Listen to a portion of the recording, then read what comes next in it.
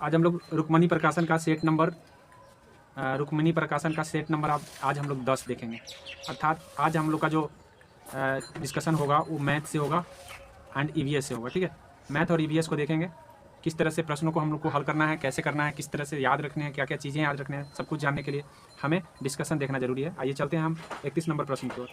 अब देखिए 31 नंबर प्रश्न में क्या पूछा है। राघव के पास केवल 5 और 10 के सिक्के हैं, मतलब 5 रुपया वाला और 10 रुपया वाला। यदि उसके पास सिक्कों की कुल संख्या 30 है और 195 की धन राशि है, तो उसके पास 5 और 10 के सिक्के क्रमशः कितने होंगे। तो ऐसे प्रश्न बनाने के लिए आपको ये ध्यान रखना है कि यहाँ कुल संख्या 30 है, तो मान लीजिए कि 5 रुपया वाला x है और 10 रुपया वाला 30 घटाओ x हो जाएगा, समझे। अब 10 रुपया वाला 30 घटाओ x, तो एक सिक्का 5 रुपया वाला है तो 5 गुने हो जाएगा x। ये टोटल 5 रुपया वाला धनराशि हो गया। 10 रुपया वाला धनराशि निकालना है तो गुने में 10 कर देंगे, और टोटल धनराशि जोड़ करके कितना 195। अब टोटल धनराशि 195 है, तो इस तरह से आप बराबर में 195 करके x की वैल्यू निकाल लीजिए। अर्थात x की वैल्यू निकालने के लिए सबसे पहले आपको क्या करना होगा कि आप 5x यहाँ पे आ जाएंगे 5x और यहाँ पे हो जाएंगे 300 घटाओ 10x, अर्थात 5x प्लस 300 घटाओ 10x। अब बराबर में कितना आ गया 195। अब ये 300 को इधर ले आ सकते हैं, इसको घटा सकते हैं, तो माइनस प्लस घट जाएगा, तो माइनस आ जाएगा यहाँ पे 5x। अब बराबर में हो जाएगा 300 इधर आ जाएगा, तो उल्टा कर जाएंगे तो 105 माइनस 105 माइनस कट गया, 5 से इसको काट दीजिए, कितना बार में कटेगा 21 बार में कटेगा। अर्थात 5 रुपये की संख्या हम 5 रुपये की संख्या x माने थे, इसका मतलब x का मान 21 आ रहा है, तो 21 5 रुपया का है और दोनों जोड़ के 30 आ रहा है, तो 30 कै को जोड़ेंगे, इसमें 9 को जोड़ेंगे तभी ना होगा। 21 और 9 सिक्के हैं, ऐसे बनाते हैं। आगे समझ में, मेरे ख्याल से समझ में आगे होगा। इस तरह से हम ऐसे प्रश्नों को हल करेंगे। तो ऑप्शन नंबर इसमें कौन सा हो जाएगा बी। ऑप्शन नंबर कौन सा हो जाएगा बी, राइट आंसर आ गया। चलिए आइए दूसरा सवाल देखते हैं।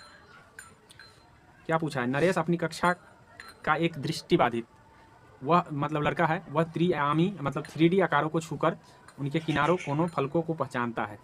ठीक है, तो कहने का मतलब यहाँ पूछा क्या गया है कि एक त्रिभुजाकार प्रिज्म में कितने प्रकार के कोण और फलक होंगे। तो ये चीज़ मैंने ऑलरेडी बता दिया है, आप इसको याद ही कर लीजिए तो बेटर रहेगा कि त्रिभुजाकार फलक में अगर हम बात करें तो किनारों की संख्या आपका होता है 9, किनारों की संख्या 9 होते हैं, फलकों की संख्या 6 होते हैं, और उसके बाद कोनों की संख्या 6 होते हैं और फलकों की संख्या 5 होते हैं। 5 फलक होते हैं। जैसे ही आपको प्रिज्म कह देगा तो 5 फलक होते हैं। इस बातों को या तो 3 फलक वाला होगा ना तो 5 फलक वाला होगा। ठीक है, तो ये राइट आंसर इसका ये हो जाएगा। चलिए देखिए, उस आयत का क्षेत्रफल क्या होगी जिसकी लंबाई दी गई है और चौड़ाई दी गई है। तो सिंपल है, गुना कर लेना है। जब मल्टीप्लाई आप करेंगे तो क्लियरली आपका आंसर आ जाएगा 67 10। कर लीजिएगा, एक बार देख लीजिए। रहनुमा माचिस की तिलियों से विभिन्न बहुभुज बनाती है और चांद की सहायता से उसे कोण मापती है। वह 3 तीलियों से एक त्रिभुज बनाती है, फिर एक तीलियां और लगाकर वह उसे चतुर्भुज बना देती है, फिर वह एक तीली और लगाकर पंचभुज बना देती है। मतलब तीली लगाती जाती है और मतलब आकृति उसका बदलता जाता है। तो आगे पूछा है इन आकृतियों के कोणों के बारे में निम्नलिखित में से कौन सी कथन, मतलब नीचे जो कथन दिया गया है उस कथन के बारे में आपको बताना है कि सही या गलत है। ठीक है, सही पूछा है या गलत, कहाँ गया, यहाँ पूछा कथन सही कौन है। देखिए सही कथन आपको ढूंढना है, तो इसमें जो सही कथन होगा वो सी होगा। देखिए, जब भुजाओं की संख्या बढ़ती है तो बहुभुज के अंतः कोणों की माप का योग बढ़ जाता है, यही बात सही हुआ है। ठीक है, किसी भी बहुभुज के अंतः कोणों का योग 360 नहीं होता है, बाह्य कोणों का योग होता है। इस बात को ध्यान रखेंगे, किसी भी बहुभुज के बाह्य कोण, अंतः कोण नहीं। ठीक है, किसी भी चतुर्भुज के अंतः कोणों का योग त्रिभुज के अंतः कोणों के योग का 3 गुना नहीं होता है। इस बातों को ध्यान रखेंगे। चतुर्भुज के अंतः कोणों का योग अंतः कोणों का योग त्रिभुज के अंतः कोणों का योग का 3 गुना कभी नहीं होता, कम बेस हो सकता है। जब भुजाओं की संख्या बढ़ती है तो बहुभुज के अंतः कोणों की माप का योग घट जाती है, ये गलत है, ये कहना गलत है, बल्कि बढ़ती है तो बढ़ जाती है। ठीक है, भुजा की संख्या बढ़ने पर योग भी बढ़ेगा, इस बातों को ध्यान रखेंगे। और उदाहरण के तौर पे मैं बता दूं कि जैसे कहने का मतलब है कि भुजा की संख्या अगर 3 है तो उसका जो है हमको पता है n-2 × 180 डिग्री होता है अंतः कोणों की माप। तो बताइए यहाँ पे n 3 है तो एक कितना हो जाएंगे, 3 कम से कम होना चाहिए बहुभुज बनने के लिए। ठीक है, तो 3 तो यहाँ पे हो जाएगा 1 × 180, तो 180 आ गया। अंतः कोणों की माप कितना आ गया 180। लेकिन जैसे ही 4 देते हैं तो 4 - 2 × 180 निकालिए तो कितना आ जाएगा 360। तो भुजा की संख्या बढ़ रहा है तो क्या है, कोनों की संख्या भी मतलब कहने का मतलब है माप की संख्या बढ़ रहा है। भुजा की संख्या बढ़ने तो योग का संख्या भी बढ़ रहा है। तो इस तरह से हम यहाँ पे घटने वाली बात कहा है, ये गलत कर दिया था। ये सारी चीज़ें बेसिक कंसेप्ट है, आपको ध्यान रखना है। बोला मैं एक आधे से अधिक हूँ, मैं 100 के आधे से अधिक हूँ, मैं 5 दहाई से अधिक और 6 दहाई से कम। 5 दहाई का मतलब होता है 50 से अधिक और 60 से कम। कौन हो सकता है इसमें, कौन है, सब वही के बीच में है, 50 से अधिक और 60 से कम। और बोला है आधे से अधिक हूँ, तो आधे से अधिक हो तो सब आधे से अधिक है, ठीक है। मेरे इकाई का अंक दहाई के अंक से 3 कम है। अब यही देख लीजिए इकाई दहाई में 3 में अंतर कहाँ का है, तो आपका 3 अंतर यही ना है, बस राइट आंसर कौन सा हो जाएगा, बी। ऐसे कंसेप्ट बेसिस प्रश्न होते हैं जो आपको ध्यान देना होता है। आइए समझते हैं अगले प्रश्न को। सादिक एक आयताकार पार्क जिसकी लंबाई 60 मीटर और चौड़ाई इतना है कि 5 चक्कर लगाने में कितनी दूरी तय करेगा। तो एक चक्कर की दूरी उसकी परिमाप होती है, याद रखिएगा, परिमाप होती है। तो परिमाप लंबाई चौड़ाई दिया है तो 100 इसका जोड़ करके 100 से 2 गुना करें तो 200 इसके एक चक्कर की दूरी हो गया। 5 चक्कर लगाया तो 5 गुना 10 मीटर का मतलब हो गया 1 किलोमीटर। तो इस तरह से किलोमीटर और मीटर को भी आप ध्यान रखेंगे, राइट आंसर इसका हो जाएगा बी। आशा करते हैं इस बात को आप समझ गए होंगे। आइए समझते हैं अगले सवाल को। यहाँ बोला रानी की स्कूल उसके घर से 6 किलोमीटर 375 मीटर की दूरी पर है, वह 1 किलोमीटर 95 मीटर पैदल और बाकी बस से तय करती है, तो वह बस से कितनी दूरी गई। तो मान लो कि 6 किलोमीटर इतना मीटर में तुम 1 किलोमीटर 95 मीटर तुम चल गए पैदल, तो जो बचा सो बस से गए, तो घटा लेंगे। तो घटाने के बाद जिसका जो राइट आंसर हो जाएगा आपको 5 किलोमीटर 280 मीटर। घटा के देख लीजिएगा, घटाने में प्रॉब्लम होगा, आप पूछ सकते हैं बाद में, ठीक है। यहाँ देखिए बोला यदि एक वर्ग की भुजा को आधा कर दिया जाए तो इस प्रकार वर्ग की परिमाप और वर्ग का क्षेत्रफल हो जाएगा। तो अब इस कंसेप्ट बेसिस से हम इसको समझते हैं। वर्ग है तो वर्ग की भुजा मान लीजिए कि 1 है, सपोज दैट, चाहे 2 मान लीजिए, वर्ग की भुजा मान लीजिए कि 2 है, तो 2 अगर इसका परिमाप निकालेंगे तो कितना हो जाएगा 4 दूना 8, क्योंकि वर्ग की परिमाप 4 गुने भुजा होता है, तो 4 गुने 2 कर देंगे तो कितना हो गया 8। और क्षेत्रफल निकालेंगे तो 2 का स्क्वायर कितना हो जाएगा 4। तो ये हमको पता हो गया। अब यहाँ पे हम बोला डैश परिमाप क्या हो जाएगा और क्षेत्रफल क्या हो जाएगा, लेकिन यहाँ 2 गुना था, अब हम आधा कर देंगे। पहले 2 था, आधा करेंगे तो 1, आधा 1 हो। तो 2 वाले में के लिए हम परिमाप देखें तो 8 और 4 आया था, कितना आया था 8 और 4, परिमाप 8 और क्षेत्रफल 4। लेकिन 1 वाले का देखते हैं आधा करके, तो आधा करके आप देखिएगा तो इसका परिमाप आ जाएगा 4 और क्षेत्रफल आ जाएगा 1। अब क्या हुआ, यहाँ देखिए क्या हुआ, यहाँ पे आधा हो गया कि नहीं हो गया, और क्या यहाँ क्षेत्रफल आधा हुआ, क्या क्षेत्रफल आधा नहीं ना हुआ। तो यहाँ पे देख लीजिए 1/4 हुआ है, क्या हुआ है 1/4 हुआ ना, तो बस राइट आंसर हो जाएगा, कौन सा हो जाएगा आधा और 1/4। तो मेरे ख्याल से बात समझ में आ गया होगा। इस तरह से हम कंसेप्ट को समझते हैं, ना कि प्रश्न को समझते हैं। कंसेप्ट समझ में आएगा तभी आप सवाल हल कर पाएंगे, अन्यथा वहाँ पे गलती होने की पूरी संभावना रहेगी। इसलिए कंसेप्ट को आप समझिए, प्रश्न को नहीं समझिए। आइए देखते हैं, एक ट्रक आधे घंटे में 120 मतलब आधा घंटा में अढ़ाई घंटा में 120 दूरी तय करता है, 120 किलोमीटर की, तो समान चाल से 80 किलोमीटर की दूरी। तो अब हमको ये ध्यान रखना है कि ये 2.5 किलोमीटर को हम 5/2 भी लिख सकते हैं, पूर्णांक करेंगे तो। अब इस 120 बटे हम इसकी स्पीड देख लेंगे कि कितनी की स्पीड है, तो भाग देंगे तो ये 2 ऊपर चला जाएगा और 5 से भाग देंगे तो कितना ये होता है आपको 5 से 5 दूना 10 और 5 चौका 20, 24 मरतबा कट गया, 24 दूना 48, अर्थात 48 किलोमीटर प्रति घंटा उसका स्पीड है। कितना किलोमीटर 48, 80 किलोमीटर उसको जाना है, कितना समय लगेगा। तो आपको पता है कि समय निकालने के लिए आपको कितना समय निकालने के लिए दूरी बटे चाल होता है, दूरी बटे चाल हमने निकाला है 48 से डिवाइड कर देंगे तो 8 से काटेंगे 6, 8 से काटेंगे तो यहाँ पे आ जाएगा 10, फिर 2 से काटेंगे तो 5, 2 से काटेंगे तो 3, अर्थात ये आ गया है 5/3। जब हम इसको पूर्णांक तोड़ेंगे तो 1/2 बटे में आ जाएगा 3। 1 का मतलब 1 घंटा हो गया, और इसको अगर हम मिनट में चेंज करने के लिए हमको 60 से गुना करना होगा। जैसे ही 60 से गुना करें 20 की आई 60, 20 गुना कितना आ गया 40, अर्थात 1/40 लगेगा। कितना लगेगा 1/40, राइट आंसर आ जाएगा आपका आ जाएगा सी। तो मेरे ख्याल से ये समझ में आ गया होगा। आइए समझते हैं हम अगले प्रश्न को। अगला प्रश्न बोला है एक गुलदस्ते के फूलों में गुलाब के फूलों की संख्या 1/5 है, मतलब गुलाब के फूल की संख्या क्या है 1/5। लिली के फूलों की संख्या आधी है, लिली के फूलों की संख्या आधी है, और बचे हुए आर्किड के फूल हैं। यदि गुलाब के फूलों की संख्या 8 है, ठीक है, गुलाब के फूल की संख्या 8 है, तो गुलदस्ते में आर्किड के कितने फूल हैं। तो गुलदस्ते में कितने, अब थोड़ा देर के लिए हम मान लेंगे फूल की संख्या हमको पता नहीं है, तो x मान लिए, चलिए x मान लिए। जब x मान लेंगे फूल की संख्या, तो गुलाब की फूल की संख्या x/5 होगा, क्योंकि 1/5 दिया हुआ है तो x/5 हो गया, ठीक है। और उसके बाद अब हमको कुल फूलों की संख्या हमको पता है। यदि गुलाब में फूलों की संख्या कितना है 8 है, ठीक है, तो 8 है, तो गुलाब के फूलों की संख्या 8 दिया हुआ है, यहाँ गुलाब के फूलों की संख्या 1/5, तो x/5 बराबर 8 हो गया, कितना हो गया 8। तो इसको निकालेंगे, x का मान कितना आ जाएगा 40, तो कुल फूलों की संख्या 40 है, कुल फूलों की संख्या 40। अब लिली के फूलों की संख्या कितना हो जाएगा, आधा है, तो आधा का मतलब 20, तो राइट आंसर कौन सा हो जाएगा 20। आ गया ना समझ में, मेरे ख्याल से समझ में आ गया होगा। आइए समझते हैं पैटर्न को देखना है और पैटर्न के हिसाब से आपको बताना है। ठीक है, बोला है 3 तो 1 2 प्लस 1 का स्क्वायर 7, तो 3 प्लस 2 का स्क्वायर, फिर 16, फिर 7 प्लस 3 का स्क्वायर। उसी पैटर्न के को मतलब फॉलो करते हुए आपको यहाँ दिया है 2 दिया है, फिर 3 दिया है, फिर 7 दिया है, फिर 16 दिया हुआ है। तो ऐसे कैसे दे दिया है ये ध्यान रखना, लिखा कैसे है ये,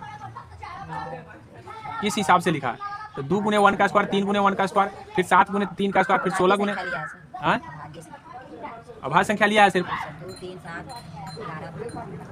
नहीं, यहाँ जो छोड़ रहा है ना उसको ले रहा है। तो 16 लेंगे, 16 गुने 4 का, 16 प्लस 4 का स्क्वायर लिखेंगे, 16 प्लस 4 का स्क्वायर। ठीक है, तो कितना आ जाएगा,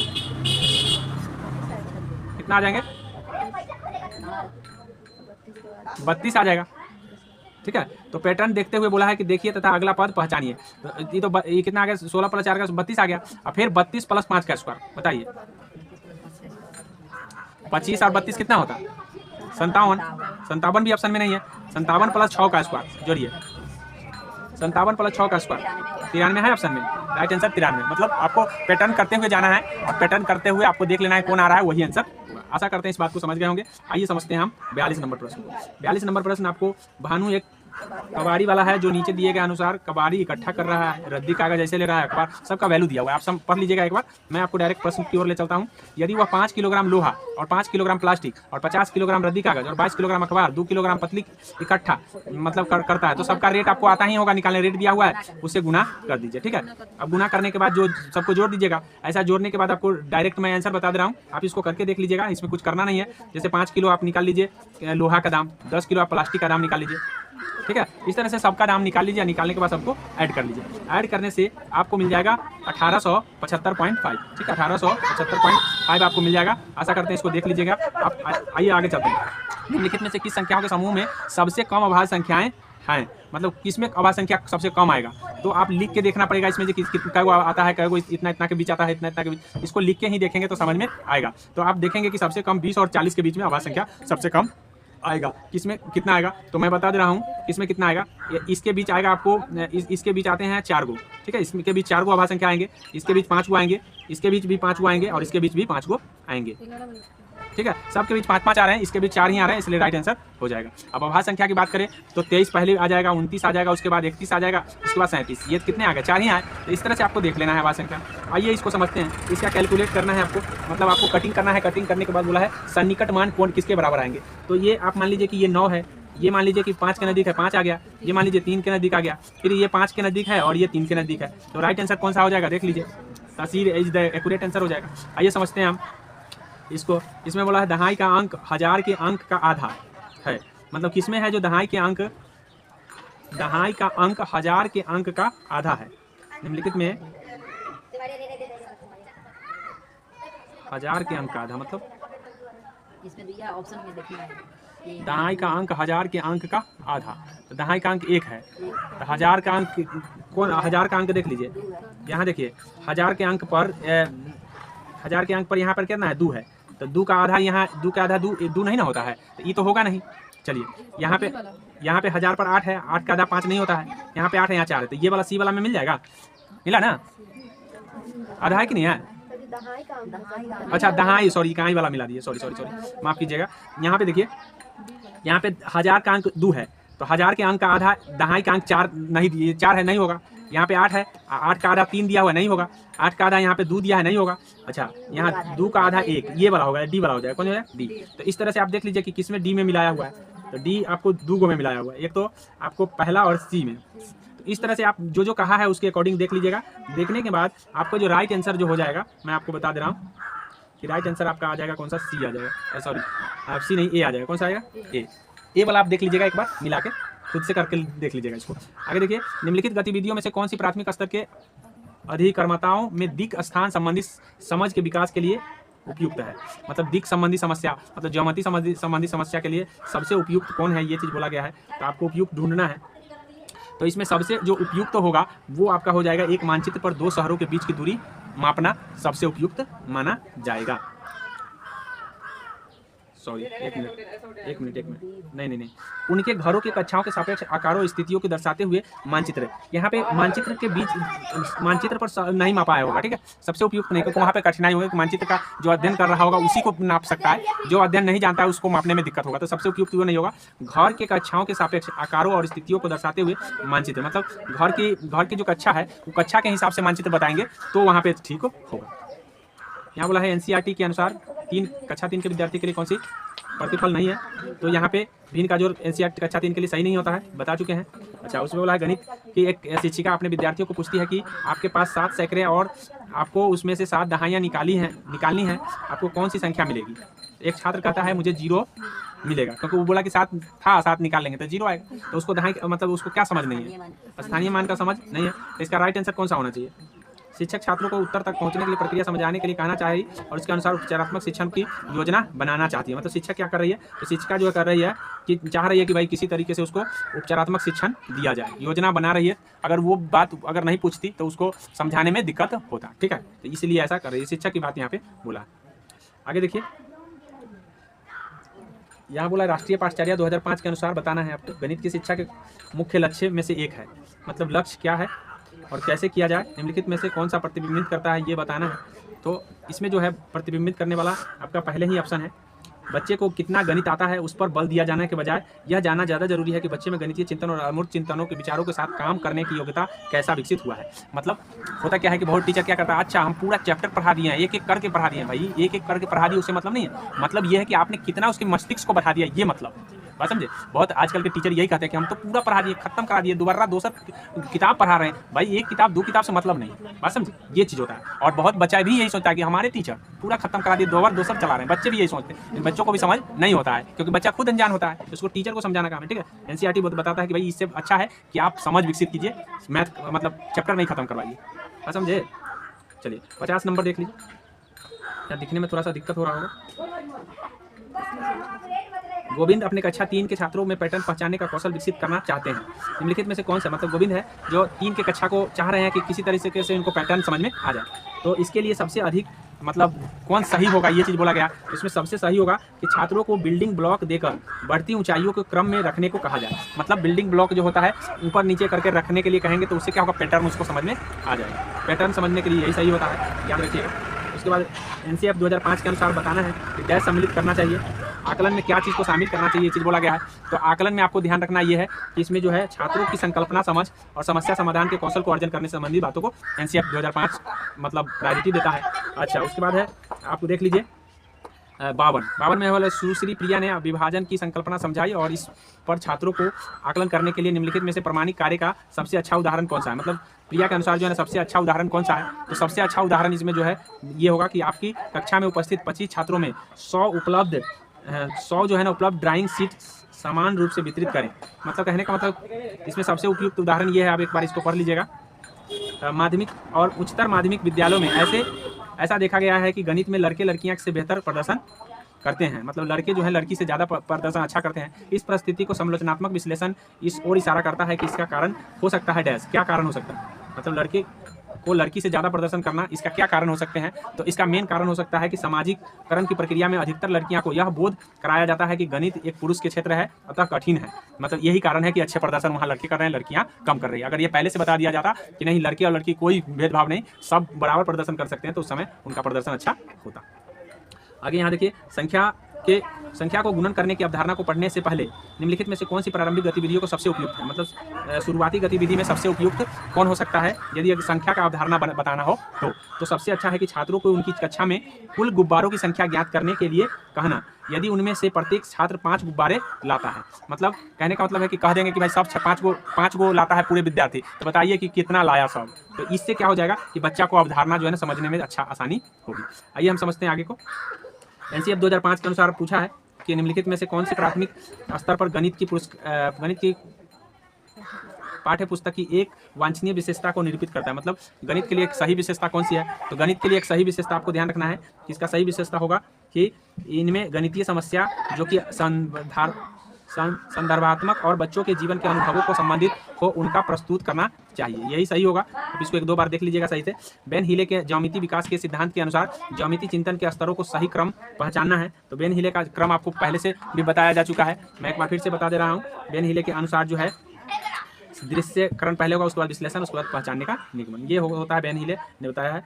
आगे देखिए, इसमें एक एग्जाम्पल दिए गए हैं और इसमें पूछा गया है कि इस भ्रांतियों को दूर करने के लिए सबसे उपयुक्त अगला कदम कौन सा होना चाहिए। तो सबसे उपयुक्त जो अगला कदम है वो आपका होना चाहिए कि स्थानीय मान की अवधारणा को दोहराएं और विद्यार्थियों से कहें कि उन्हें प्रश्न हल करने के लिए जो प्रक्रिया उपयोग किए हैं उसे समझाएं। मतलब जो भी प्रक्रिया उपयोग किया गया है उस प्रक्रिया को समझाने का प्रयास किया जाए, तब जाके विद्यार्थी स्थानीय मान को समझ पाएंगे।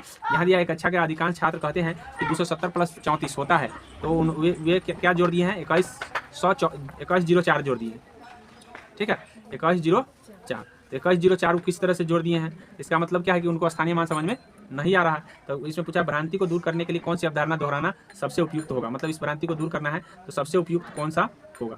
तो इसमें जो सबसे उपयुक्त होगा मैं बता दूं कि जोड़ने की समय पुनर्समूहीकरण होना चाहिए, ठीक है। जिस समय जोड़ रहे हैं उस समय पुनर्समूहीकरण, मतलब फिर से मतलब हासिल को शामिल किया जाए, इसको बताएंगे तब जाकर के वो समझ में आएगा। ऐसा नहीं कि खाली जोड़ते हुए या जो अंक आए उसको लिखते हुए चले जाए, ठीक है। मतलब 7 3 10 लिख दिए या फिर 2 के 2 लिख दिए, तो ऐसे में समूही 10 के 0 ही लिखना है, पुनर्समूहीकरण करना है उसको, ठीक है।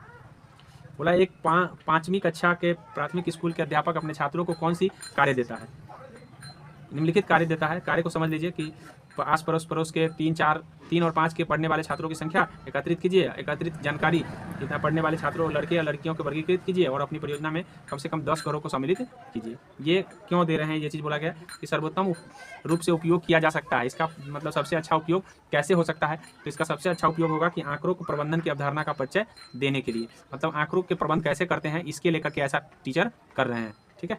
और लास्ट आपका ये देख लीजिए, बोला है कि सिमुलेशन सॉफ्टवेयर का उपयोग करते हुए निम्नलिखित में से क्या सबसे अच्छा तरह से सिखाया जा सकता है। तो सबसे अच्छे तरह से सिखाने का दर्शाना की श्रृंखला में तीसरी आकृति को बदलने से किस प्रकार की 10वीं आकृति भी बदल जाएगा।